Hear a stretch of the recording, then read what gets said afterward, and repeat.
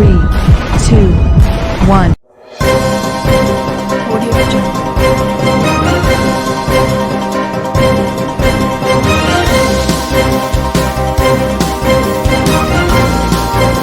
Audio Jungle. Audio Jungle.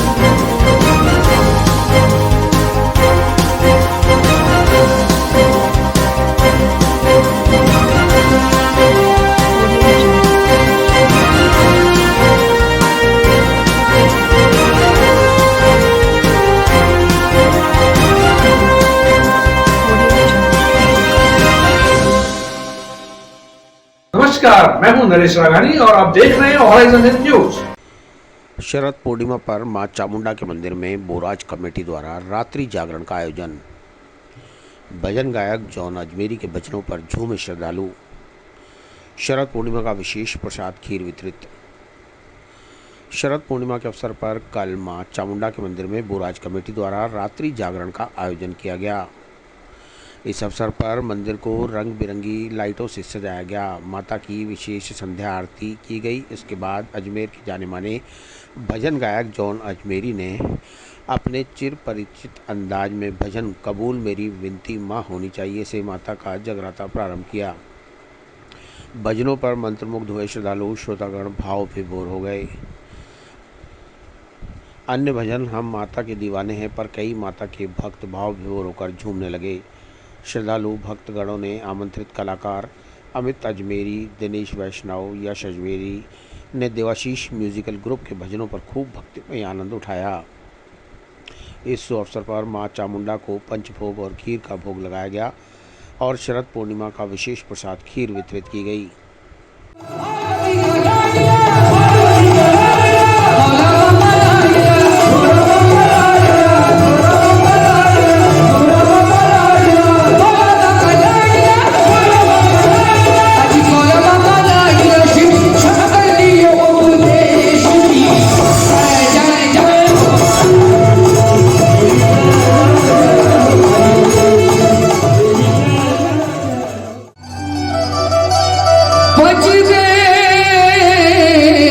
दानव दलन जय जय जय कपिशो श्री गुरु चरण सरोज रज निज मन मुकुर सुधारी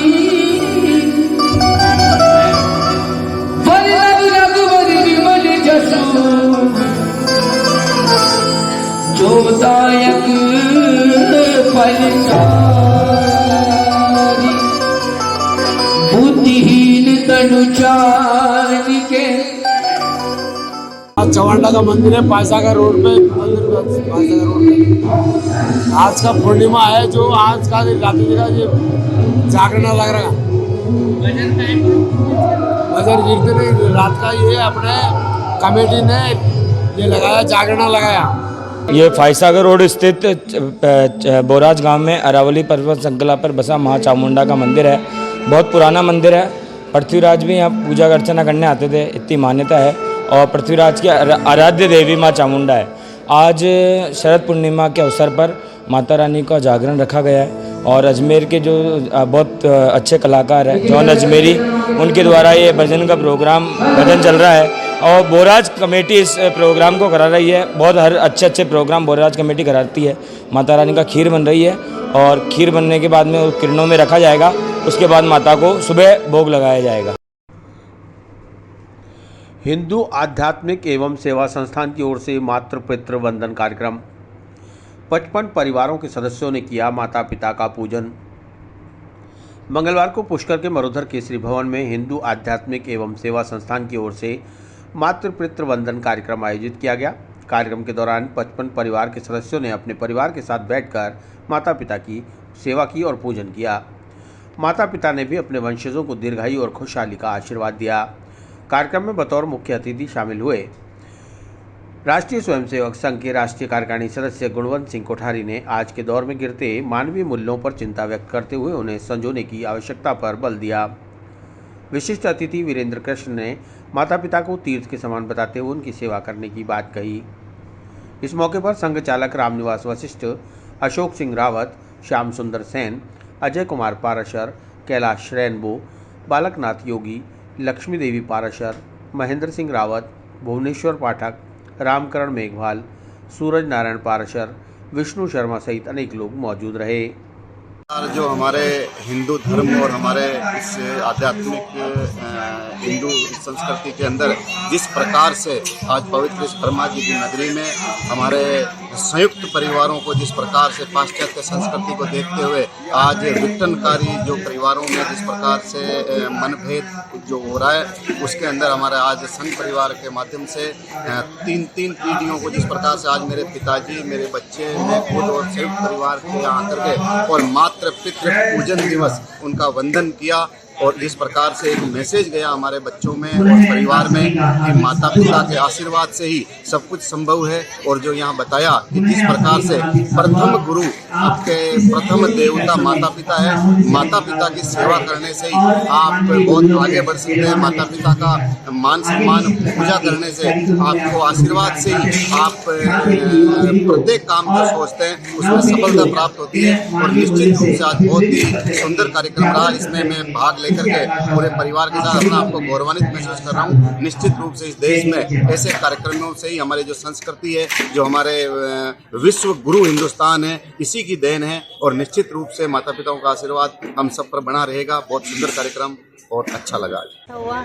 ऐसा कार्यक्रम हमेशा होना चाहिए ताकि अगली पीढ़ी को ये सब अच्छा लगता है। सबको ऐसे समझ में आता है कि भाई संस्कार बहुत अच्छे हैं। अब मेरे को बहुत अच्छा लगा, दादा दादी परदादा परदादी सबका सम्मान है, इसमें संस्कार है, यही होना चाहिए। मैं यही मैसेज देना चाहती हूँ बच्चों को कि ये जो आज संस्कार दिए ये सब सीखे और इससे ज्ञान ले। इस कार्यक्रम में बहुत कुछ सीखने को भी मिला, बहुत मज़ा भी आया और बहुत कुछ ज्ञान भी मिला और माता पिता की सेवा करने का मौका भी। तरह में माता पिता के सम्मान के प्रत्यर्थ ये जो कार्यक्रम रखा गया ये बहुत ही सुंदर हुआ और माता पिता के सेवा का जो महत्व है वो बताया गया हम लोगों को। ये कार्यक्रम बहुत ही अच्छा हुआ। धन्यवाद। मुख्य रूप से मातृ पितृ वंदन कार्यक्रम रखा गया है। एचएस और हिंदू सोसाइटी हमारी जो संस्था है उसके माध्यम से संघ की है और संघ के कार्यकर्ता विश्व हिंदू परिषद बजरंग दल के कार्यकर्ता सब मिलकर के इस कार्यक्रम को कर रहे हैं। आज के इस जमाने में, इस काल में माता पिता की प्रति लोगों का जो रुझान है वो कम होता जा रहा है। बड़े बड़े शहरों में उनको वृद्धाश्रम भेजते हैं। तो हमारा यह उद्देश्य है कि शुरुआत से ही माता पिता के प्रति उनके हृदय के अंदर प्रेम भाव और सम्मान और श्रद्धा की भावना रहे। इसलिए माता पिता के चरण वंदन का कार्यक्रम रखा गया है, जिससे कि भावी पीढ़ी को माता पिता का महत्व एवं उनको वृद्धाश्रम नहीं भेजे ऐसी प्रतिज्ञा उनको करवाएं। उनको और माता पिता का चरण वंदन का कार्यक्रम कार्यक्रम है मातृ पितृ पूजन।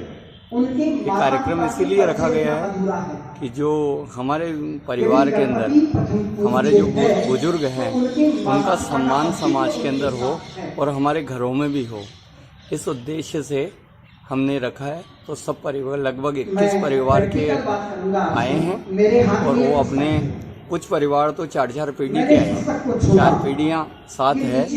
तो उनका हम पूजन वंदन कार्यक्रम कर रहे हैं। जैसे दादाजी हैं, दादी जी हैं, तो उनका उनके पुत्रवधू और पौत्रवधू और परपौत्र ये सब पूजन करेंगे और वंदन करेंगे।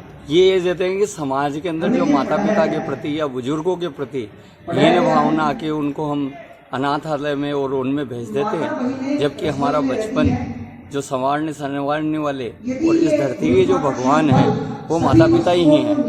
तो उनका सम्मान हो घरों में, हम उनका जैसे उन्होंने हमारा संरक्षण किया है वैसे हम उनकी सेवा कर सकें, यही उद्देश्य है। बैंक ऑफ बड़ौदा के संयोजन में अजमेर में ग्राहक संपर्क पहल कार्यक्रम का आयोजन। विभिन्न बैंकों की ओर से अलग अलग योजनाओं में 501 करोड़ रुपए के ऋण वितरित।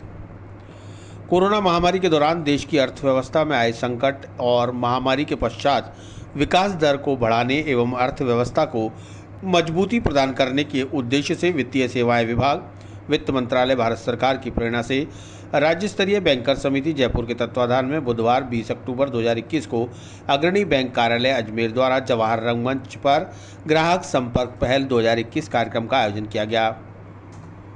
कार्यक्रम का उद्देश्य बैंकिंग सेवाओं और उत्पादों की जानकारी आम जनता तक अधिक से अधिक संख्या में पहुंचाना और वित्तीय जागरूकता को बढ़ावा देना है। इस ग्राहक संपर्क पहल कार्यक्रम में जिले के सभी बैंक अपनी स्टॉल लगाकर अपने उत्पादों और सेवाओं संबंधी जानकारी आमजन को प्रदान कर रहे हैं। वित्तीय सेवाओं में पारदर्शिता एवं त्वरित सेवाओं को बढ़ावा देने के लिए भारत सरकार की डिजिटल इंडिया की पहल के मद्देनजर SLBC जयपुर द्वारा अजमेर को 100% डिजिटल जिला बनाने का निर्णय लिया गया, जिसके अंतर्गत अधिकाधिक ग्राहकों को डिजिटल बैंकिंग से जोड़ने के प्रयास किए जा रहे हैं। इसी उद्देश्य से आयोजित ग्राहक संपर्क पहल 2021 कार्यक्रम में विशिष्ट अतिथि के रूप में संभागीय आयुक्त डॉक्टर वीना प्रधान, जिला कलेक्टर प्रकाश राज पुरोहित मौजूद रहे। मुख्य अतिथि के रूप में मुख्य महाप्रबंधक बैंक ऑफ बड़ौदा कॉर्पोरेट कार्यालय मुंबई डॉक्टर रामजस यादव, जबकि कार्यक्रम की अध्यक्षता महाप्रबंधक एवं संयोजक राज्य स्तरीय बैंकर समिति राजस्थान के अध्यक्ष महेंद्र सिंह महनोत ने की।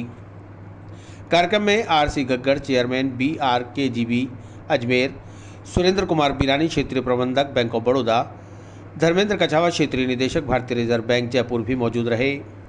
प्रधानमंत्री जीवन ज्योति बीमा योजना के अंतर्गत बीमा धारकों के परिजनों को 22 लाख रुपए की राशि के चेक वितरित किए गए और बैंकों के ऋण प्राप्त कर अपनी मेहनत के बल पर स्वरोजगार से उन्नति करने वाले किसानों, लघु उद्योग समूहों, स्वयं सहायता समूह के लाभार्थियों की सफलता की कहानी भी प्रदर्शित की गई।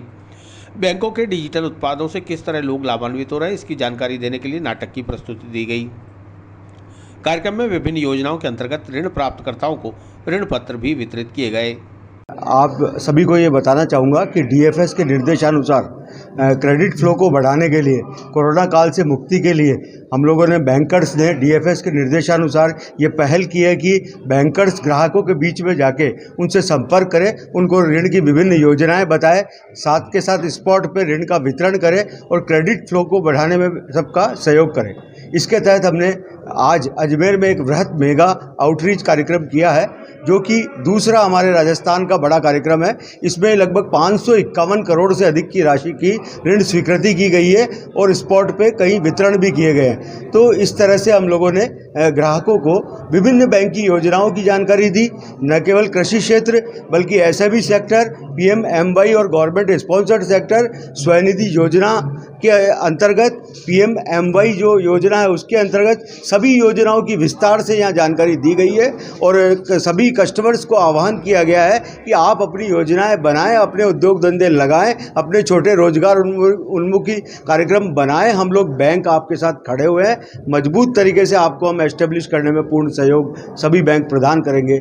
ऐसा प्रोग्राम हमने आज आयोजन किया है। आज के मुख्य अतिथि हमारे बम्बई से बैंक ऑफ बड़ौदा के chief general manager Shri Ramjas ji, doctor Ramjas Yadav आज बॉम्बे से यहाँ आए और उन्होंने इसकी कार्यक्रम की मुख्य अतिथि के रूप में संपादित किया। पूरे राजस्थान में बैंकर्स का हम कोऑर्डिनेशन करते हैं और स्टेट के लिए फाइनेंशियल प्लानिंग और फाइनेंशियल डिस्ट्रीब्यूशन करते हैं। देखिए, ये बैंक ऑफ बड़ौदा राजस्थान का लीड बैंक है और इसने अपनी पहल के तहत आज 557 करोड़ के ऋण वितरण किए हैं, जो एक बहुत ही अनूठी पहल है और इसमें सभी सेक्टर शामिल हैं और ये बैंक यहाँ पे और सभी बैंक संयोजक श्री महनोत जी के नेतृत्व में काम कर रहे हैं। बैंक ऑफ बड़ौदा इसकी लीड ले रहा है, तो सभी की चहुमुखी विकास के लिए ये पहल चालू की। शक्ति महिला मजदूर संगठन ब्यावर की महिलाओं ने जिला कलेक्टर को सौंपा ज्ञापन। ब्यावर व मसूदा उपखंड में संचालित मिनरल इकाइयों में रजिस्ट्रेशन अनिवार्यता की मांग। अजमेर जिले के ब्यावर मसूदा उपखंड में संचालित हजारों मिनरल इकाइयों के रजिस्ट्रेशन की अनिवार्यता कराने और इनमें होने वाली नियमित दुर्घटनाओं पर अंकुश लगाने की मांग को लेकर आज शक्ति महिला मजदूर संगठन ब्यावर के बैनर तले श्रमिक महिलाओं ने जिला कलेक्टर को ज्ञापन सौंपा। शक्ति महिला मजदूर संगठन की मानक सदस्य अनीता चौहान ने बताया कि ब्यावर और मसूदा उपखंड क्षेत्र में अधिकतर मिनरल ग्राइंडिंग फैक्ट्रियों का रजिस्ट्रेशन नहीं है, जहां मजदूरों की सुरक्षा और साधनों के अभाव में लगातार दुर्घटनाएं हो रही हैं। साथ ही महिला श्रमिकों को कोई सुविधा नहीं मिल पाती। जिले के दूर दराज इलाकों से मजदूरी के लिए आने वाली महिलाओं के साथ छेड़छाड़ और यहां तक कि बलात्कार की घटनाएं भी होती हैं। उनके शौच जाने के लिए भी वहां कोई व्यवस्थाएं नहीं हैं।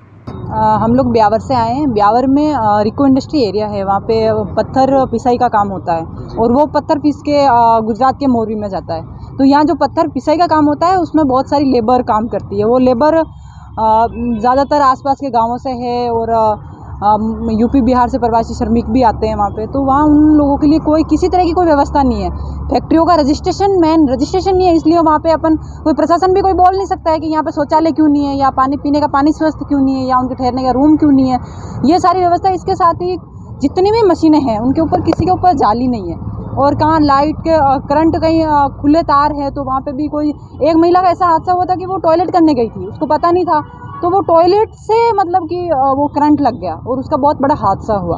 और ऐसे आए दिन वहाँ हादसे होते रहते हैं। और उसका हम प्रशासन हमारा यही सहयोग कर सकता है कि फैक्ट्रियों में रजिस्ट्रेशन होगा तो वो सब कुछ अच्छे से व्यवस्था हो पाएगी। हमारा ये है कि ये फैक्ट्री एंड बॉयलर डिपार्टमेंट को आदेशित करे कि ये जितनी भी फैक्ट्रियाँ हैं, आज 1000 के आसपास फैक्ट्रियाँ हैं, मिनरल ग्राइंडिंग इकाइयाँ हैं ब्यावर में, उनमें से 32 के आसपास ऐसी कुछ फैक्ट्रियाँ हैं जो रजिस्टर्ड है, तो उनमें व्यवस्था है, बाकी में नहीं है। तो वो भी सारी रजिस्टर्ड हो जाएगी, उन सब में व्यवस्थाएं, ये सारी व्यवस्थाएं होगी, सुरक्षा भी होगी और सुविधाएं भी होगी, तो उसमें लोगों को किसी प्रकार की कोई दिक्कत नहीं होगी। उसमें ये होता है कि एक तो महिलाओं को बराबर मुआवजा, मतलब उनको मजदूरी तो नहीं मिलती है, लेकिन जैसे रात को वहाँ क्या होता है, चौकटी लगती है, चौकटी पे लेबर खड़ी रहती है, महिलाएं, ज़्यादातर संख्या में महिलाएं होती है।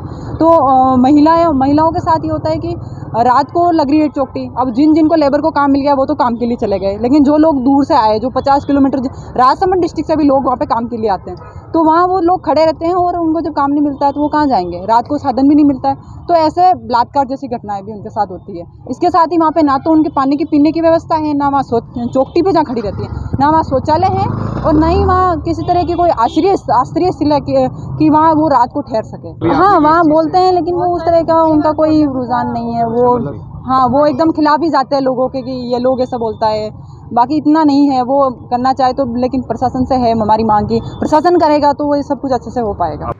शक्ति महिला मजदूर संगठन की सचिव सुनीता ने बताया कि जिला प्रशासन इस मामले में हस्तक्षेप कर बिना रजिस्ट्रेशन वाली इकाइयों पर कार्रवाई करे और श्रमिकों को सुविधाएं और सहूलियतें उपलब्ध करवाए। उन्होंने बताया कि ब्यावर में मसूदा उपखंड क्षेत्र में चल रही मिनरल ग्राइंडिंग की संख्या करीबन 1000 से ज़्यादा है। इन इकाइयों में असुरक्षित तकनीक व सुरक्षा साधनों के अभाव में नियमित रूप से गंभीर दुर्घटनाएं हो रही हैं, जिसमें अधिकतर संख्या में महिला श्रमिकाएं हैं। इस संबंध में पूर्व में भी ज्ञापन द्वारा ध्यान आकर्षित कराया गया था। अधिकतर मिनरल इकाइयां कारखाना अधिनियम के तहत पंजीकृत नहीं है, जिसके कारण दुर्घटनाग्रस्त श्रमिकों को मुआवजा व उचित लाभ नहीं मिल पाता। इसलिए निवेदन है कि ब्यावर में मसूदा उपखंड में संचालित मिनरल इकाइयों को कारखाना एवं बॉयलर विभाग में पंजीकृत करवाने के लिए निर्देशित करें, जिससे श्रमिकों को सुरक्षित कार्यस्थल मिले और मिनरल इकाइयों में नियमित होने वाली दुर्घटनाओं को रोका जा सके। ये हमारे फैक्ट्रियों से संबंधित मामला है। ये अपने पत्थर फैक्ट्री में जो मजदूर जाते हैं तो उनके साथ में दुर्घटनाएं होती है, उनके हाथ कट जाते, पैर कट जाते, उनकी जान चली जाती है, और ना कोई सुविधा है, ना कोई अच्छी सी व्यवस्था है, ना कोई पानी की, शौचालय की, छाया की, बच्चों के लिए ना कोई बालवाड़ी है, ना कोई वहाँ पे ठहरने की जगह है। आज भी नाइट में जो महिलाएं जाती है वो चौकटी पे, उनकी जगह नहीं है, उनके ठहरने के लिए उनको मजदूरी मिलती है तो ठीक, वरना वो दूर से आती है तो उनके रुकने के लिए कोई जगह नहीं होती है, तो उनके साथ में बलात्कार जैसे हादसे होते हैं। तो ऐसे करके ऐसे मामले से लेकर मालिक लोग कोई कदम नहीं उठा रहे हैं, और ना कोई उनको व्यवस्था दे रहे हैं, ना सुविधाएं दे रहे हैं, और ना दुर्घटना से संबंधित, ना तो कोई फैक्ट्रियों में ना कोई अच्छे से सेफ्टी कर रहे हैं। तो बहुत सारे लोग ऐसे ही मर रहे हैं, उनके साथ में दुर्घटनाएं हो रही, ना तो उनको अच्छे से मुआवजा देते हैं, ना उनको काम पे भी नहीं रखते। जब दुर्घटनाएं हो जाती है उनके साथ में, तो जैसे कि उनका अंग कट जाता है, वो काम करने लायक नहीं होता तो उनसे काम से हटा दिया जाता है उनको, और ना तो उनको बोलते हुए आधी मजदूरी पे भी रखो, लेकिन फिर भी वो बोलते हैं कि वो काम करने वाले लायक नहीं है। तो ये अपने ब्यावर मिनरल 15 साल से चल रहे मुकदमे में अदालत से दुकान मालिक को मिली राहत। नाजिर ने कुर्की लेकर किराएदार से कब्जा लेकर दुकान मालिक को सौंपा। आगरा गेट प्राचीन गणेश मंदिर के सामने दुकान मालिक ओम प्रकाश बंसल द्वारा 25 वर्ष पूर्व अपनी दुकान खारीकुई में रहने वाले किशोर छबलानी को किराए पर दी गई थी। किशोर छबलानी दुकान में कुछ समय तक घड़ी और बेल्ट का कारोबार करता रहा। इसके बाद उसने दुकान पर ताला लगा दिया। जब ओम प्रकाश बंसल ने किशोर से दुकान खाली करने का तकाजा किया तो उसने दुकान खाली करने के एवज में नाजायज पैसों की डिमांड कर दी, जिसके बाद मामला अदालत में विचाराधीन रहा। लगभग 15 साल से अदालत में लंबित चल रहे मुकदमे में बुधवार को अदालत ने फैसला दुकान मालिक ओम प्रकाश बंसल के पक्ष में सुनाया।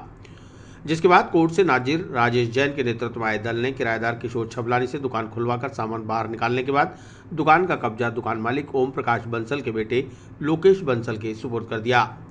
लोकेश बंसल ने बताया कि वह अदालत की कार्रवाई से खुश है, आखिर उसे अपनी पुश्तैनी दुकान फिर से मिल गई है। ये आगरा गेट पे गणेश मंदिर के सामने स्थित मेरी दुकान है, जो मेरे पिताश्री ने दुकान किराए पे दी थी। 25 वर्षों से ये दुकान किराए पे दी हुई थी। पिछले 5 वर्षों से ये दुकान बंद है, जिसका कोर्ट द्वारा निर्णय होने के बावजूद कोर्ट द्वारा निर्णय हुआ, कोर्ट द्वारा मुझे विजय प्राप्त हुई। उसके बाद आज मुझे नाजिर राजेश जी जैन साहब के द्वारा ये अवगत कराया गया कि आज कुर्की की कार्रवाई की जाएगी। उन्होंने ये कुर्की की कार्रवाई कर मुझे मेरी दुकान का कब्जा संभलाया। ये दुकान घड़ी और बेल्ट की दुकान थी, खारीकुई के रहने वाले किशोर जी छबलानी को दे रखी थी। वह काफ़ी समय से दुकान खोल नहीं रहे थे।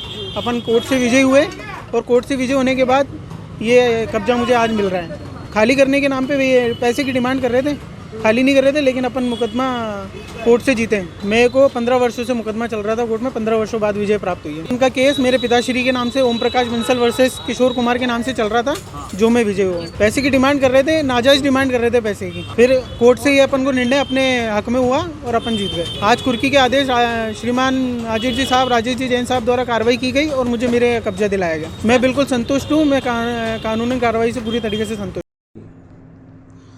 रोडवेज श्रमिक संगठनों के संयुक्त मोर्चे के प्रदेशव्यापी आंदोलन का 9वां चरण शुरू। 11 सूत्रीय मांगों को लेकर सरकार और प्रबंधन के खिलाफ ढोल बजाओ सरकार जगाओ नारे के साथ किया प्रदर्शन।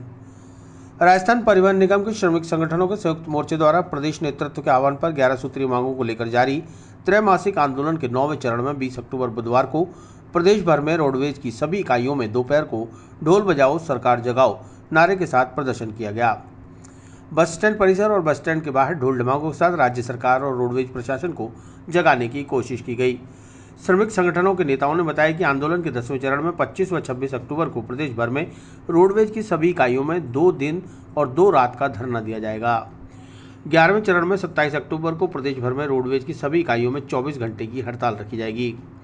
रोडवेज के सेवारत एवं सेवानिवृत्त कर्मचारियों की लंबित मांगों को लेकर किए जा रहे चरणबद्ध आंदोलन में शामिल एटक, सीटू, इंटक श्रमिक संगठनों के मजदूर नेताओं ने सरकार को चेताया और सरकार पर वादा खिलाफी का आरोप लगाते हुए कहा कि सत्ता में आने से पहले सरकार के मंत्रियों विधायकों ने बड़ी बड़ी घोषणा की थी, श्रमिक मजदूरों का साथ देने का वादा किया था, लेकिन कोई भी अपने वादे पर खरा नहीं उतरा। देखो, राजस्थान रोडवेज के कर्मचारी का जो संयुक्त मोर्चा बना हुआ है, उसके तत्वाधान के तहत चरणबद्ध आंदोलन जारी रखे हुए अपनी मांगों को लेकर के राजस्थान रोडवेज के कर्मचारी आज 9वें चरण के तहत राजस्थान रोडवेज के कर्मचारियों ने ढोल नगाड़े बजा करके इस बेरी गूंगी सरकार को जगाने की कोशिश की है। हमको पता है सरकार जागने वाली नहीं है, चाहे पूर्ववर्ती सरकार हो चाहे वर्तमान सरकार हो। 3 साल इस सरकार को होने जा रहे हैं पूरे, लेकिन इस सरकार ने जो हमारे कर्मचारियों के साथ वादा किया था, जब 20 दिन की हड़ताल पिछले सरकार के समय रोडवेज कर्मचारियों ने की थी, तो हमारे मंचों पर आकर के वर्तमान सरकार के परिवहन मंत्री हो चाहे से सचिन पायलट जो, उन्होंने हमें आश्वासन दिया था कि जो तुम्हारी मांगे हैं वो जायज है, चाहे वो 7th पे कमीशन की हो, चाहे नई भर्ती की हो, चाहे नई बसों की खरीद की हो, चाहे तुम्हारे को बोनस एज ग्रेसिया की हो, चाहे जो डी नेशनलाइज जो मार्क किया गया उनको नेशनलाइज करने की हो। इस तरह से 11 सूत्री मांगे तुम्हारी जायज है, लेकिन ये सरकार सत्ता में आते ही हमारी उन मांगों को भूल गई और शायद वो हमारी जायज मांगे उनको नाजायज लगने लगी। ऐसी स्थिति में 3 साल का एक लंबा समय देने के बाद राजस्थान रोडवेज कर्मचारियों ने चरणबद्ध आंदोलन हमारी मांगे जो अपनी मांगे उनको लेकर के चालू रखा है और आज ढोल नगाड़े बजा करके सरकार को जगाने का काम किया है। इसके बाद भी 25 और 26 2 दिन हमारे रात और दिन के धरने हैं, तब भी सरकार अगर हमारी बात को नहीं मानती है तो 27 तारीख को हमारे राजस्थान रोडवेज के अंदर पूरे राजस्थान रोडवेज में संयुक्त मोर्चे के तहत चक्का जाम का आह्वान है। हम चाहते हैं कि सरकार ऐसी नौबत नहीं आने दे ताकि जनता त्राहीमाम हो, परेशान हो। हम खुद ये चाहते हैं कि हड़ताल ना हो और हमारी मांगे समय पर पूरी हो जाए, लेकिन सरकार की हर धर्मिता है कि सरकार वर्तमान समय में अभी वार्ता करने के लिए भी तैयार नहीं है। ऐसी स्थिति के अंदर कर्मचारियों के पास हड़ताल पर जाने के सिवाय और कोई मार्ग बचता नहीं है। तो हम राजस्थान रोडवेज के कर्मचारी आज आपसे एक बार फिर पुनः निवेदन करना चाहते हैं कि कर्मचारियों की जो जायज मांगे हैं उन पर ध्यान दें और जल्द से जल्द उनको पूरा करने की कोशिश करें। राजस्थान रोडवेज श्रमिक संगठनों के संयुक्त मोर्चा के संयोजक बनवारी लाल जांगीर ने बताया कि हमारी प्रमुख मांगों में मासिक वेतन व पेंशन हर माह की 1 तारीख को दी जाए, जुलाई 2021 से महंगाई भत्ते में बढ़ोतरी की जाए, जनवरी 2016 से 7वें वेतन आयोग का लाभ दिया जाए, 5 वर्ष में करीब 5000 सेवानिवृत्त कर्मचारियों के परिलाभ एक मुश्त भुगतान किए जाएं। देखो, आप सबको पता है, मीडिया वालों को पता है, आज हमारा 9वां चरण है और राजस्थान सरकार जो हर दर में राजस्थान रोडवेज कर्मचारियों के साथ कर रही है, उससे भी आप बेवकूफ़ी से परिचित हो। राजस्थान सरकार जब सत्ता में आई वादा किया और आज उस साल 3 साल गुजर जाने के बाद में भी इन कर्मचारियों को 5 साल से जो नया वेतनमान लगा है, 7वां पे कमीशन आज तक नहीं दी गया। क्या ये गलत मांग है? जनता की सुविधा के लिए राजस्थान रोडवेज 1500 नई बस मांगने क्या गलत मांग है? राजस्थान के इस सरकार रोडवेज बेड़ा को चलाने के लिए 9000 भर्तियों की जो डिमांड की जा रही है, वो क्या गलत मांग है? सरकार की आंखें बंद हैं, सरकार इसको चलाना चाहती है या नहीं?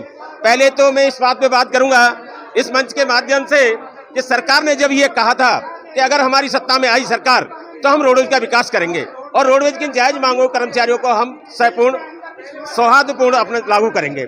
आज सरकार 3 साल से कुंभकर्ण की नींद सोई हुई है और राजस्थान के जो हमारे टीम है, जो विधायक टीम है, वो भी कुंभकर्ण की नींद सोई हुई है, धृतराष्ट्र बनी हुई है, अंधे बने हुए हैं, जो वायदा करके सत्ता हत्या करके आगे और अंधे होकर के एक अपने छोटे से लोग के कारण राजस्थान रोडवेज को बंद करना चाहते हैं। क्यों उन्होंने वादे किए झूठे? क्यों सत्ता में लोगों को बरगलाया? और हम कोई गलत जायज नाजायज मांग नहीं मांग रहे, हम राजस्थान रोडवेज के विकास चाह रहे हैं, राजस्थान रोडवेज नई भर्तियां चाह रहे हैं और राजस्थान रोडवेज के लिए नई बेड़ा के लिए गाड़ी चाह रहे हैं। और उसके अलावा 7वां वेतन आयोग अगर ये सरकार देती है, कोई ऐसा नहीं करती, 5 साल हो चुके इन कर्मचारियों को घाटा उठाते हुए, क्या ये राजस्थान सरकार का अंग नहीं है? क्या उपक्रम नहीं है? सरकार को सोचना चाहिए और जो जायज मांगे उनको तुरंत प्रभाव से लागू करके इन कर्मचारियों को 28-27 तारीख की जो हड़ताल है उसको टालना चाहिए। ये अगर हड़ताल होती है तो पूर्ण जिम्मेदारी राजस्थान सरकार की होती है, राजस्थान सरकार की मुख्यमंत्री यातायात मंत्री की होती है। वो जानबूझ करके इसको हड़ताल की ओर ले जाना चाह रहे हैं और राजस्थान की जनता ये देख रही है। आज त्रैमासिक हमारा आंदोलन चल रहा है, 3 महीने से चिल्ला रहा है कर्मचारी कि हमें ये दो वो दो, हमारी मांगे पूरी करो, पर सरकार की जो कुंभकर्ण नींद सोई है अभी तक नहीं जागी है। आज हमने जो प्रोग्राम किया है ढोल बजाने का, सरकार जगाने का, ये जो आंदोलन किया जा रहा है, ये सिर्फ सरकार को कुंभकर्ण की नींद से जगाने के लिए किया जा रहा है। मैं इस मंच के माध्यम से कह देना चाहता हूँ माननीय मुख्यमंत्री महोदय से, माननीय परिवहन मंत्री से कि अगर आप राजस्थान सरकार को चलाना चाह रहे, रोडवेज को चलाना चाहते हैं तो इनकी जायज मांगों को पूरा करें और तुरंत प्रभाव से इस हड़ताल जो होने जा रही है 27 तारीख इसको टालने की कोशिश करें। राजस्थान राजस्व मंत्रालय कर्मचारी संघ ने चेयरमैन और निबंधक को सौंपा ज्ञापन। मंत्रालय कर्मचारियों की पदोन्नति के लिए गठित निर्धारण समिति में प्रतिनिधित्व देने की मांग। राजस्थान राजस्व मंत्रालय कर्मचारी संघ के प्रदेशाध्यक्ष शंभू सिंह राठौड़ के नेतृत्व में मंत्रालय कर्मचारियों ने आज राजस्व मंडल के चेयरमैन और निबंधक को ज्ञापन देकर राजस्व विभाग के आदेश से तहसीलदार के पदों पर नायब तहसीलदार व मंत्रालय कर्मचारियों की पदोन्नति के पुनर्निर्धारण हेतु गठित समिति में प्रतिनिधित्व प्रदान करने की मांग की है। शंभू सिंह राठौड़ ने बताया कि प्रमुख शासन सचिव राजस्व की अध्यक्षता में गठित समिति में राजस्व मंत्रालय के संवर्ग के हितों को ध्यान में रखते हुए उनका पक्ष रखने हेतु राजस्थान राजस्व मंत्रालय कर्मचारी संघ के प्रतिनिधि को सदस्य के रूप में समिति में शामिल किया जाए। यदि ऐसा नहीं हुआ तो राजस्थान राजस्व मंत्रालय कर्मचारी आंदोलन पर उतारू हो जाएंगे। आज हमने माननीय चेयरमैन साहब और निबंधक महोदय के नाम ज्ञापन यहाँ पे दीप्ति मैडम को दिया है और चेयरमैन साहब शाम को आएंगे तो उनको शाम को देंगे। हमारा राजस्व सेवा परिषद के समझौते के अनुसार तहसीलदार सेवा के पदोन्नति के पदों पर जो समझौता हुआ था उसकी कमेटी का आज कल मीटिंग रखी गई है, जिसमें पटवार संघ, कानूनगो संघ और तहसीलदार संघ को आमंत्रित किया गया। लेकिन मंत्रालय संघ जिनकी पदोन्नति भी तहसीलदार के पद पे होती है उनको सरकार ने आमंत्रित नहीं किया उस कमेटी में, क्योंकि राजस्थान की सरकार पारदर्शी, संवेदनशील और न्यायप्रिय सरकार है और न्याय के सिद्धांत के अनुसार जब हमारा हित प्रभावित हो रहा है तो हमें उस कमेटी में शामिल करना चाहिए। ये मांग लेकर आज हमने ज्ञापन दिया। मांगें पूरी नहीं होती तो हमने आज ज्ञापन में भी लिखा है कि अगर हमारे को शामिल नहीं किया और हमारे हित प्रभावित होते हैं तो राजस्थान का प्रत्येक राजस्व का मंत्रालय कर्मचारी आंदोलन पे आ जाएगा। वाल्मीकि सेना राजस्थान जिला अजमेर की ओर से वाल्मीकि जयंती पर आम भंडारा। रावण की बगीचे स्थित वाल्मीकि मंदिर में वाल्मीकि की आरती कर प्रसादी का वितरण। वाल्मीकि सेना राजस्थान जिला अजमेर की ओर से बुधवार को वाल्मीकि जयंती बड़े धूमधाम और हर्षोल्लास के साथ मनाई गई। सर्वप्रथम रावण की बगीचे स्थित वाल्मीकि मंदिर में वाल्मीकि की आरती कर भोग लगाया गया। उसके पश्चात आम भंडारे का आयोजन किया गया। केसरगंज गोल चक्कर पर टेबल लगाकर राहगीरों को हलवा, पूरी, चना और केले का प्रसाद वितरित किया गया। इस मौके पर वाल्मीकि सेना राजस्थान के जिला अध्यक्ष दीपक पवार, शहर अध्यक्ष रोहित तंबोली, महामंत्री सनी गोयल, जिला महामंत्री अंकित दगोरिया, वार्ड नंबर 17 के पार्षद विक्रम तंबोली के साथ वाल्मीकि समाज के युवा अनिल नरवाल, मुकेश जाडवाल, श्यामलाल डांगोरिया, राजा कलोसिया, शुभम चौधरी, विनीत सतीश सांवरिया, जीवन तेजी सहित कई लोग मौजूद रहे। जिस प्रकार से आज ये जो हर्षोल्लास का माहौल आपने देख रहे हो, ये हर्षोल्लास का माहौल वाल्मीकि समाज के तमाम जो कार्यकर्ता मौजूद है उनके अंदर है। हर साल इसी प्रकार से वाल्मीकि समाज पहले महाआरती करते हैं महर्षि वाल्मीकि जयंती पे, उसके पश्चात फिर इसी प्रकार से प्रसाद वितरण का बड़ा कार्यक्रम रखा जाता है। इस बार जो कार्यक्रम रखा गया है वो वाल्मीकि सेना राजस्थान के जिला अध्यक्ष श्री दीपक पवार जी के नेतृत्व के अंदर एक विशाल कार्यक्रम का हुआ। अब इसको विशाल कार्यक्रम रखा गया है। पहले महाआरती की गई, महाआरती के पश्चात फिर यहाँ पे आने जाने वाले जो भी रोहा पे जो लोग हैं और सामाजिक जो कार्यकर्ता है उनके द्वारा प्रसाद वितरण का कार्यक्रम रखा गया। अजमेर जिले के अंदर ये ब्यावर, किशनगढ़, पास के अराई गांव से या पुष्कर से, नसराबाद से काफ़ी लोग, काफ़ी कार्यकर्ता यहाँ मौजूद है और उनकी जो कार्यकारिणी है उनके क्षेत्र के अंदर, शहर में, स्तर में, ब्यावर, किशनगढ़ वगैरह यहाँ भी वाल्मीकि जयंती के कार्यक्रम में उन्होंने प्रसाद वितरण का कार्यक्रम रखा है। आज महर्षि वाल्मीकि जी जयंती है। महर्षि वाल्मीकि जयंती की महाआरती रखी गई और अपने रावण के बगीचे स्थित पे वाल्मीकि जी की मंदिर है। मंदिर में महाआरती का कार्यक्रम करके पश्चात उनके तुरंत पश्चात केसरगंज चौराहे पर प्रसाद वितरण का कार्यक्रम रखा गया वाल्मीकि सेना राजस्थान शहर जिला अजमेर की ओर से। आज वाल्मीकि सेना राजस्थान द्वारा वाल्मीकि समाज के गुरु श्री वाल्मीकि जी की जयंती पर प्रसाद वितरण और आरती का कार्यक्रम किया गया। आज ही के दिन अश्वनी मास पर वाल्मीकि जी का आदिकाल में जन्म हुआ था, जो कि रामायण का रचयिता भी है। उनके इस आज के पुण्य दिवस पर, जयंती के अवसर पर आज वाल्मीकि सेना द्वारा एक महाआरती का आयोजन किया गया उनकी मूर्ति के आगे, उनके मंदिर पर। उसके बाद में प्रसाद का वितरण किया गया, जिसमें हलवा, पूड़ी, सब्जी और फल वितरण किए गए। वाल्मीकि सेना के समस्त पदाधिकारी, समाज के जनप्रतिनिधि व समाज की जो प्रत्येक विभागों में हमारे प्रतिनिधि हैं उनके माध्यम से ये एक अनूठा कार्यक्रम आज केसरगंज चौराहे पर किया गया। पूर्णिमा स्नान के साथ ब्रह्म सरोवर में कार्तिक का विशेष धार्मिक स्नान शुरू। 1 माह तक चलने वाले विशेष स्नान का समापन होगा 19 नवंबर को कार्तिक पूर्णिमा के मौके पर। शरद पूर्णिमा के मौके पर बुधवार को पुष्कर सरोवर में हजारों श्रद्धालुओं ने आस्था की डुबकी लगाकर पुण्य कमाया। पूर्णिमा स्नान के साथ ही ब्रह्म सरोवर में कार्तिक का विशेष धार्मिक स्नान भी प्रारंभ हो गया। 1 माह तक चलने वाले विशेष स्नान का समापन आगामी 19 नवंबर को कार्तिक पूर्णिमा के मौके पर होगा। बुधवार को ब्रह्म मुहूर्त के साथ पुष्कर सरोवर में शरद पूर्णिमा के साथ कार्तिक स्नान प्रारंभ हुआ, जिसके चलते दिन भर सरोवर के घाटों पर स्नान करने वाले श्रद्धालुओं का तांता लगा रहा। धर्म प्रेमियों ने सरोवर में स्नान कर मंदिरों के दर्शन किए तथा पुरोहितों को दान दक्षिणा देकर पुण्य कमाया। शरद पूर्णिमा के मौके पर जगत पिता सृष्टि के रचयिता ब्रह्मा जी के मंदिर में भगवान ब्रह्मा का श्वेत पुष्पों व श्वेत वस्त्रों के साथ नयनाभिराम श्रृंगार किया गया।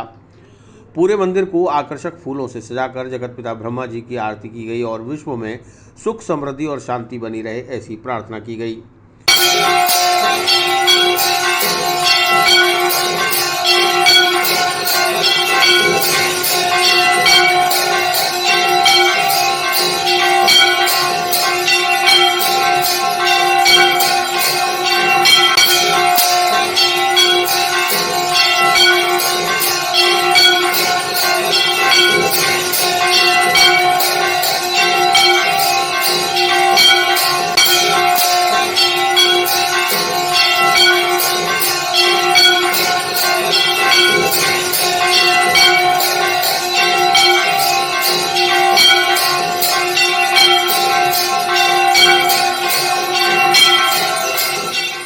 उल्लेखनीय है कि राज्य सरकार ने पुष्कर मेले के तहत केवल 8 दिवसीय पशुहाट मेले की इजाज़त दी है, जिसके तहत केवल पशुओं की खरीद फरोख्त ही हो सकेगी।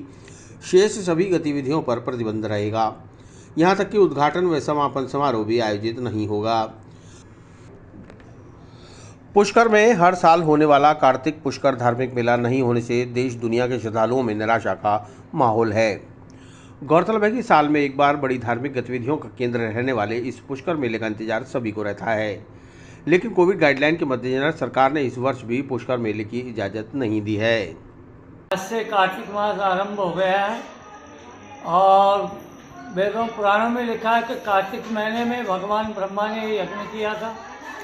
तो ये जो पूर्ण कार्तिक का महीना है ये पुष्कर के स्नान का ही माध्यम लिखा है। कार्तिकायाम ज्येष्ठ पुष्करे, अर्थात कार्तिक के महीने में पुष्कर में स्नान करने से मनुष्य को मनोवांछित फल प्राप्त होता है। प्राचीन समय में महिलाएं, धार्मिक सज्जन यहाँ आते थे, एक एक महीना पुष्कर का स्नान करते थे। अब समय अभाव से बहुत कम आ रहे हैं, लेकिन फिर भी अच्छी तादाद में महिलाएं कार्तिक स्नान करने के लिए यहाँ पधार रही हैं।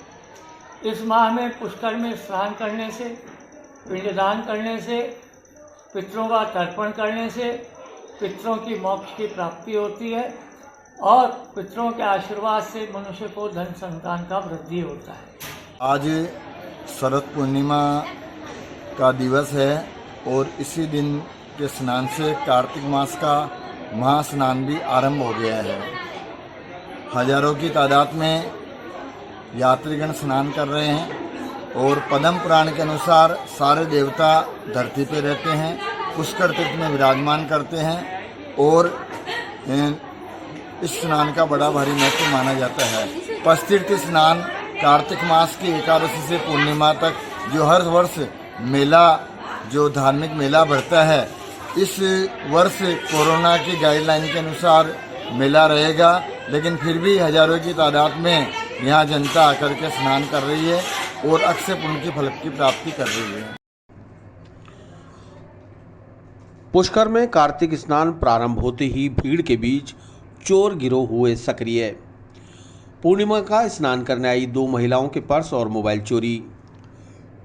कार्तिक का पवित्र माह शुरू होने के साथ ही पुष्कर सरोवर में स्नान के लिए श्रद्धालुओं की भीड़ उमड़ना शुरू हो गई है। दूसरी तरफ भीड़ के बीच घाटों पर चोर गिरोह भी सक्रिय हो चुके हैं। बुधवार को स्नान के लिए आई 2 महिलाओं को शातिर चोरों ने अपना निशाना बनाया। सरोवर के गऊ घाट पर स्नान कर रही एक महिला का पर्स तो दूसरी महिला के मोबाइल पर पलक झपकते ही हाथ साफ कर दिया गया। पीड़ित महिला ने बताया कि उसके पर्स में एक मंगलसूत्र और 1000 रुपये थे। जानकारी मिलते ही पुष्कर पुलिस भी मौके पर पहुंच गई और श्रद्धालु को अपने सामान का स्वयं ध्यान रखने की बात कहकर खाना पूर्ति करके निकल गई। बता दें कि 1 महीने तक चलने वाले कार्तिक माह में स्नान के लिए प्रतिदिन हजारों लाखों श्रद्धालु पुष्कर पहुंचेंगे और इसका फायदा उठाकर सरोवर के घाटों पर चोर गिरोह चोरी की वारदातों को अंजाम देंगे। यात्री व श्रद्धालुओं से अपील है कि वे अपने सामान की देखभाल स्वयं करें। बहरहाल अब देखना होगा कि पुष्कर पुलिस इन वारदातों को रोकने के लिए क्या कदम उठा पाती है। अरे बाया तो ऐसा मैं गौ कार्ड पर ना पाया, पुण्य ना पाया तो नार मेरे दिवस चल के हमारे गोतिया में बटू हो पर सो मारो लाल कलर को भी माद तोड़ा को तो मंगलसूत्र और 1000 रुपया हमारा। मैं ऊँट चल गई, देख माटी बैठी और एक ऊँट चल गई तो मैं 2-3 रुपये बैठी उधर चल गई और हमारा मंगलसूत्र कान को बटवानी लेर चल गया दुकान। अब मैं काय करा साथ मैं यहाँ 12 जन 15 मैं नोरे वाला जो आया नहीं, मैं पुण्य नावा में, हाँ 12 मासी पुण्य नावा में और माँ को ले पुलिस आई मौका पर। पुलिस वाला कहीं देखिए मैं काय कराते जूठा का सामान का साथ रखा और मैं काय कराते। यात्री लोग स्नान करना है, 12 मासी स्नान करने के लिए पूर्णिमा हर महीने आते हैं। आज इनका एक लेडीज का एक मंगलसूत्र और एक पर्स के अंदर 1000 रुपये गायब हो गया। एक लेडीज का एक मोबाइल फ़ोन गायब हो गया, उसकी कोई कार्रवाई नहीं हुई और कोई यहाँ पे कोई भी बंदा ऐसा नज़र नहीं आया जो उठा के ले गया, उसके ऊपर कोई भी कार्रवाई नहीं हुई। पुलिस भी आके गई, पुलिस भी बोलती है भाई किसके सिर पे लिखा हुआ है, पुलिस क्या करेगी, पुलिस किसको पकड़ेगी, क्योंकि घाट में हुई ना ऐसे वारदात। तो पुलिस ने बोला हम क्या कर सकते हैं, बस आप कोई कार्रवाई बाहर पकड़े किसी को, किसको बोले जाके, इतनी भीड़ में क्या पता चलता है। बेहतर स्वास्थ्य, ज्ञान और सर्वश्रेष्ठ जीवन का आधार है गर्भावस्था। गर्भावस्था पर अजमेर के लेखकों द्वारा लिखित पुस्तक का हुआ विमोचन। गर्भ ही जन्म का आधार है और जीवन में उपयोगी समस्त ज्ञान का द्वार है। अतः गर्भावस्था और उसकी महत्ता को जानना एक माँ के लिए और उससे जुड़े संपूर्ण परिवार व समाज के लिए आवश्यक हो जाता है। इसी मूल उद्देश्य के साथ एक पुस्तक का विमोचन महिला एवं बाल विकास विभाग के उप निदेशक हेमंत स्वरूप माथुर के द्वारा किया गया। विमोचित पुस्तक का लेखन डॉक्टर नविता श्रीवास्तव, डॉक्टर आशुतोष पारिक और डॉक्टर नमिता मोयल ने संयुक्त रूप से किया है, जिसका प्रकाशन अभिनव प्रकाशन अजमेर द्वारा किया गया। पुस्तक मूलतः अंग्रेजी में है, जिसका हिंदी अनुवाद भी भविष्य में जल्द प्रकाशित किया जाएगा। पुस्तक विमोचन के अवसर पर मुख्य अतिथि हेमंत स्वरूप माथुर ने कहा कि हम किसी भी युग में जी रहे हों, लेकिन यदि गर्भावस्था की महत्ता को भूलने का प्रयास करेंगे तो इसका खामियाजा अनेक पीढ़ियों को भुगतना पड़ेगा। लेखक वृंद को पुस्तक हेतु बधाई और शुभकामनाएं देते हुए माथुर ने कहा कि यह पुस्तक गर्भ विज्ञान की प्राचीन और आधुनिक दोनों ही दृष्टियों को एक साथ सशक्त रूप में हमारे हृदयों तक पहुंचाती है। हमारी जो हिंदू माइथोलॉजी है या हमारा जो वैदिक कल्चर है, उसमें जेनेटिक एनालिसिस जो हुआ है या जो ह्यूमन बीइंग के बारे में जो रिसर्च हुई है, वो किसी भी तरह से नेगेटिव तरीके से नहीं हुई है, वो बहुत पॉजिटिव तरीके से हुई है। और यदि उसको ढंग से पढ़ा जाता है, ढंग से एक्सप्लोर किया जाता है, तो आई थिंक वो आने वाली जनरेशन्स के लिए बहुत बेनिफिशियल होगा। और अभी मैं ये भी कहना चाहूँगा कि अभी कुछ लोग मुझे मिले थे, मूविंग इन द फील्ड, वो घर घर भी जा रहे हैं और जा करके और जो गर्भवती माताएं हैं, हमारे डिपार्टमेंट का मेन रोल बच्चा जब बिल्कुल फीटस लेवल से लेके और 6 साल तक का होता है, तब तक हम उसका ध्यान रखते हैं। तो अजमेर में भी करीब 2000 आंगनबाड़ियाँ हैं, जिनमें करीब 7000 हमारा स्टाफ है जो कोशिश करता है कि मेडिकल डिपार्टमेंट के साथ साथ अपनी तरफ से भी बच्चों के लिए, गर्भवती माताओं के लिए, दूध पिलाने वाली माताओं के लिए काम करें। कि हम चाहते हैं सर्वभवन्तु सुखिनः, है ना। We need a healthy world, we need very healthy world, a peaceful world.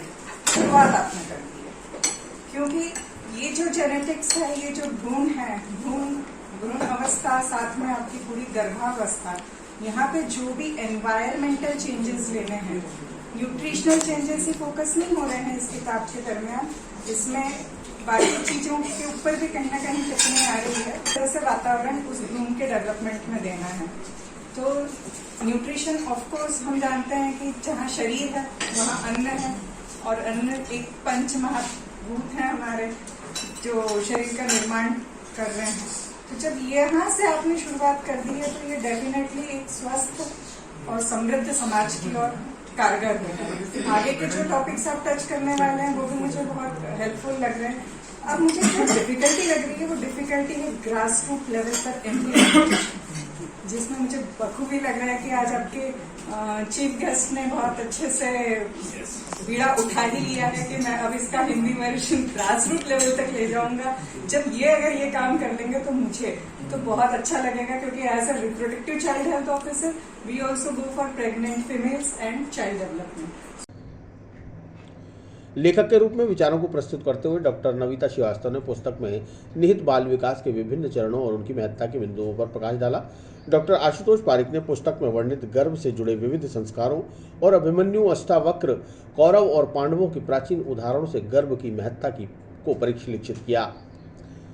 Doctor Namita Moyal ने मानवीय बौद्धिक विकास और उसमें खानपान से जुड़े विषयों का वैज्ञानिक और तार्किक विश्लेषण प्रस्तुत किया। प्रसिद्ध प्रसूति रोग विशेषज्ञ डॉक्टर अंजू गुप्ता ने कहा कि गर्भ को धारण करने की इच्छुक प्रत्येक महिला और उसके परिवार को इस पुस्तक को अवश्य पढ़ना चाहिए, क्योंकि इसमें प्रति अनभिज्ञ होना स्वयं माँ और उसके गर्भ दोनों के लिए ही खतरा बन जाता है।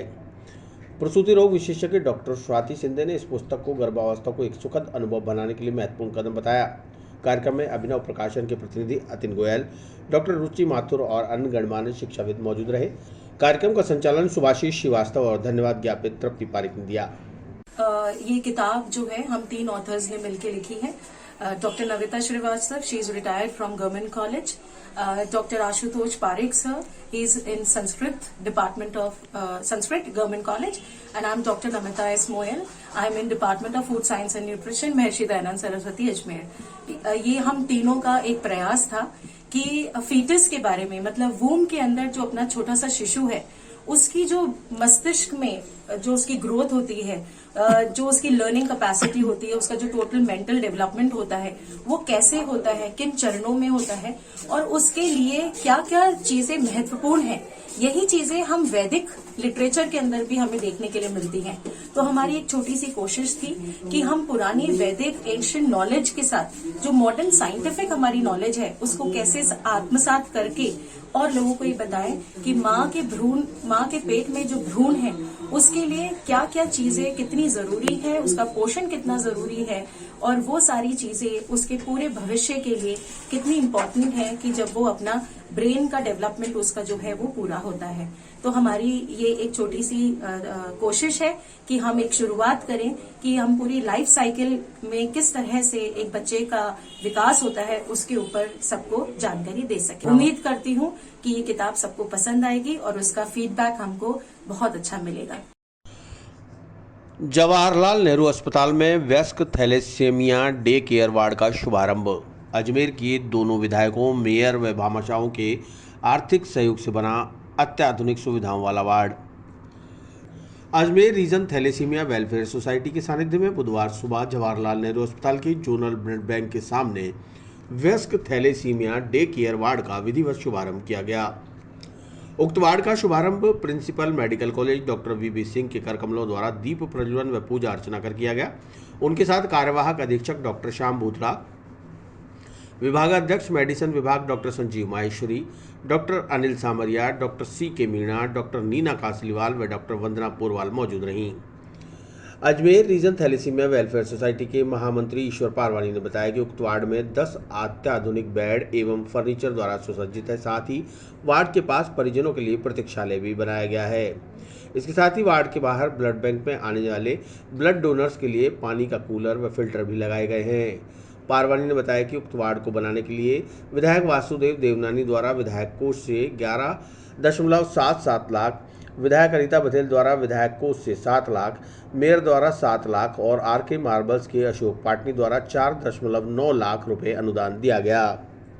और अथक प्रयासों से आज वयस्क बच्चे जो थैलेसीमिया के 18 साल से बड़े बच्चे हैं उनके रक्त संचरण हेतु एक नए वार्ड का जो है वो प्रारंभ किया गया है, शुभारंभ किया गया है। इस वार्ड में 10 बेड हैं जहाँ पे एक साथ 10 बच्चों के द्वारा रक्त संचरण कराया जा सकता है। इन बच्चों को काफ़ी प्रॉब्लम ये आती थी कि यदि कहीं जब भी आते थे किसी न किसी दूसरे वार्ड में भर्ती होकर ब्लड चढ़ाते थे, इन्फेक्शन का डर रहता था। अब ये इन्फेक्शन का डर हट गया है और सोसाइटी के द्वारा सभी विधायक महोदयों से निवेदन किया गया, जिसमें प्रोफेसर वासुदेव देवनानी उत्तर क्षेत्र विधायक के द्वारा 11.44 लाख रुपए दिए गए अनुदान, श्रीमती अनीता बघेल के द्वारा 7 लाख रुपए, पूर्व धर्मेंद्र गहलोत मेयर नगर निगम के द्वारा 7 लाख रुपए दिए गए और 4,91,000 रुपये RK मार्बल ग्रुप के द्वारा दिए गए और उसके साथ साथ 40,000 रुपये थैलेसीमिया सोसाइटी ने भी लगाए। थैलेसीमिक वार्ड के इस अडल्ट वार्ड का जो कि वयस्क बच्चों के लिए ये वार्ड बना है, ये डेडिकेटेड वार्ड रहेगा थैलेसीमिक बच्चों के लिए। इसके लिए मैं ईश्वर पारवानी जी का तहे दिल से धन्यवाद करना चाहूँगा, जिनकी मेहनत और लगन से आज इसका नतीजा हमें मिला है। अस्पताल को एक सौगात मिली है, एक बहुत ही सुंदर वार्ड जो थैलेसीमिक बच्चों के लिए इलाज के लिए बनाया गया है, बहुत काफ़ी सराहनीय है। इसी के लिए और सब मैं धन्यवाद कहना चाहूँगा हमारे विधायक साहब का, मेयर साहब का, हमारे हेल्थ मिनिस्टर साहब का, कि इन्होंने सहयोग किया और ये वार्ड का इनॉग्रेशन किया ताकि अपने बच्चों को सुविधा मिल सके। एक छत के नीचे इन सभी बच्चों को अच्छी से अच्छी सुविधा मिल सके। थैलेसीमिक बच्चों का हमेशा हमारा अस्पताल अग्रणीय रहा है, चाहे बच्चों की वार्ड में हुआ हो या अडल्ट में। अडल्ट का एक डेजिग्नेटेड स्पेस मिलने से काफ़ी इनको सुविधा होगी, एक ही छत के नीचे इनका इलाज अच्छा होगा, सुविधाएं मिलेंगी। पारवानी जी ने इतना अथक प्रयास किया, उसका ये नतीजा है। अस्पताल प्रशासन हमेशा इनके साथ है। इन बच्चों की हमेशा हमारा एक कर्तव्य है जो हम पालन करते रहेंगे, अच्छी से अच्छी सुविधा प्रदान करते रहेंगे। धन्यवाद। विस्तार से पढ़ने के लिए लॉग इन करें horizon.com, सच के साथ।